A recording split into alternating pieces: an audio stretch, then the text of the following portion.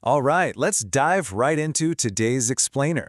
We're looking at a story that completely unpacks those heavy and honestly often unspoken dynamics between aging parents and their children, specifically focusing on a father and a son.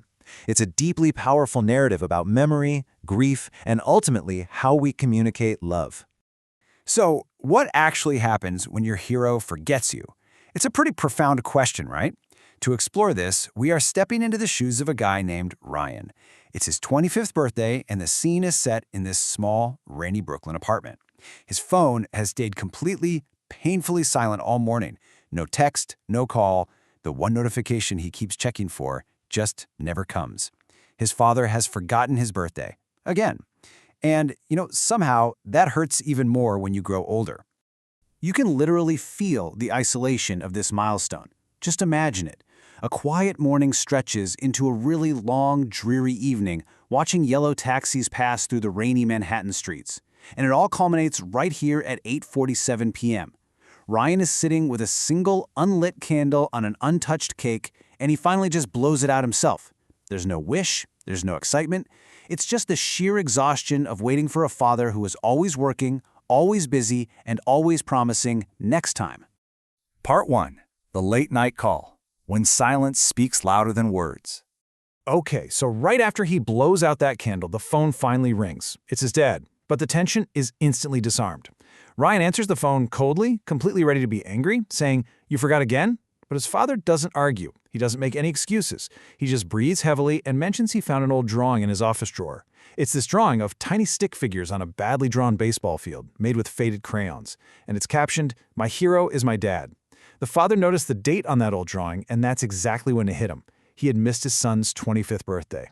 Now, we really need to unpack the massive contrast going on here.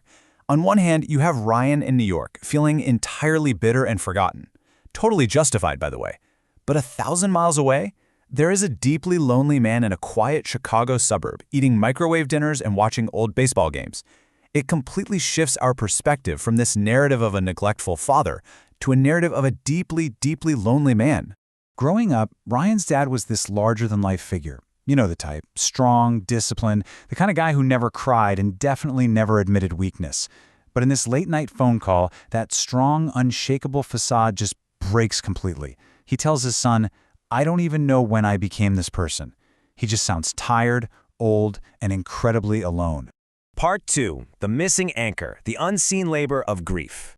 To really wrap our heads around this fractured relationship and understand why this father has become a shadow of himself, we have to look at what changed 3 years ago when Ryan's mother passed away.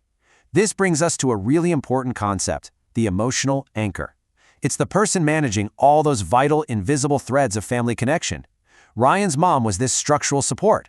Like Ryan tells his dad on the phone, "Mom used to remind you." She was the one remembering the birthdays, the doctor appointments, the family dinners.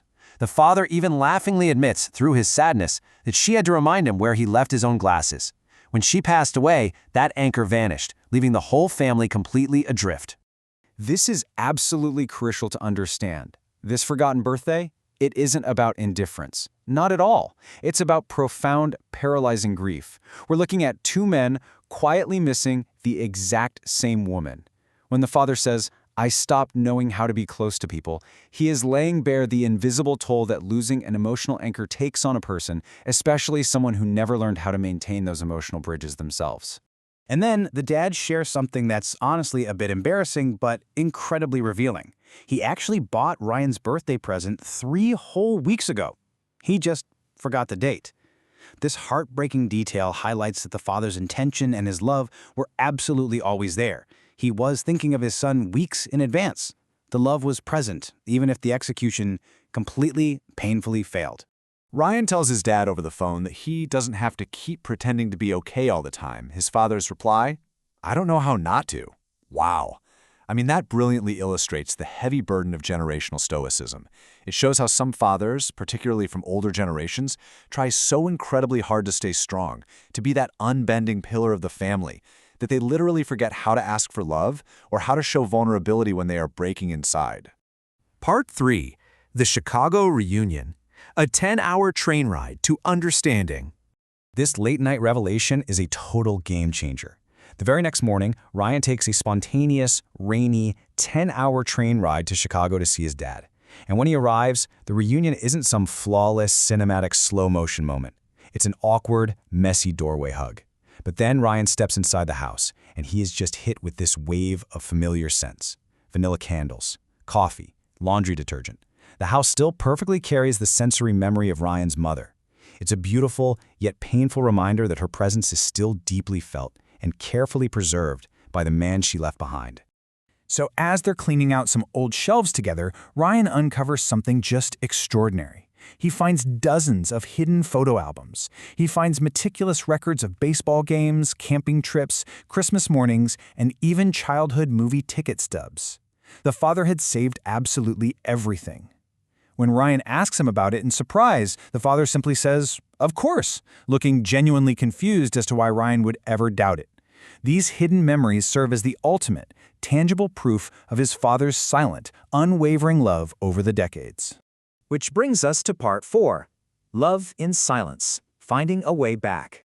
We're zeroing in on a really powerful realization here about how different people and entirely different generations communicate their deepest feelings. The main takeaway from this reunion is simple but profound. Just because someone struggles to express love doesn't mean they don't feel it deeply. As the two men sit on the porch that evening, watching the Chicago rain fall under a soft American night sky, Ryan finally gets it. The boxes of ticket stubs and the early birthday present, that's his father's love language, even if the words themselves are trapped behind a wall of grief and stoicism. While they're sitting there, the dad quietly hands Ryan that early birthday present. It's a brand new leather journal. The father jokes, "So you remember things better than I did," but then he adds softly, "And maybe write about your mother sometimes." This gift is incredibly profound. It's the father's clumsy but totally beautiful way of building a bridge of shared memory for their future. He's asking his son to help keep the memory of their emotional anchor alive, together. Now look, they aren't going to fix everything magically overnight. But as they sit there, it is enough. Sometimes love survives even after years of silence. Giving grace to our flawed parents, recognizing the unseen battles they're fighting with their own grief and conditioning, can be incredibly healing. It allows us to find connection in the messy, imperfect ways they actually try to show they care. As we wrap up today's explainer, I want to leave you with a question to really mull over. Who in your life might be loving you in silence right now? Think about the people who might lack the words or the perfect timing, but who have secretly kept your childhood drawings in their desk drawer for 20 years. Thank you so much for joining me today, and take a little time to reflect on that.